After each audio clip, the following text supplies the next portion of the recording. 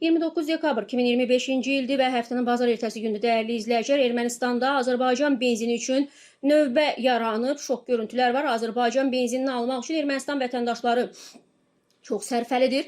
Öyrənmişəm ki, növbələr də var. Yəni Azərbaycan benzinini almaq onlara çox sərf edir. Bu sözləri Ermənistanın Xarici İşlər Naziri Ararat Mirzoyan ictimai televiziyada açıqlamasında bildirib və deyib, sülh yaranıb, əməkdaşlıq cəhdləri var, amma bu o demək deyil ki, biz lazımı yolu başa vurmuşuq deyə nazir bildirib və Ararat Mirzoyan əlavə edib ki, Ermənistan Azərbaycanla birbaşa ticarətin qurulmasını müzakirə edir. Sitat, inanıram ki, biz sülhün institutlaşdırılması istiqamətində və təcrübəyə əsaslanan bir əməkdaşlıqda nə qədər irəliləsək, cəmiyyətimizdə mövcud olan psixoloji çətinlikləri bir qədər kənara qoysaq, belə ssenarilər bir o qədər də reallaşacaq.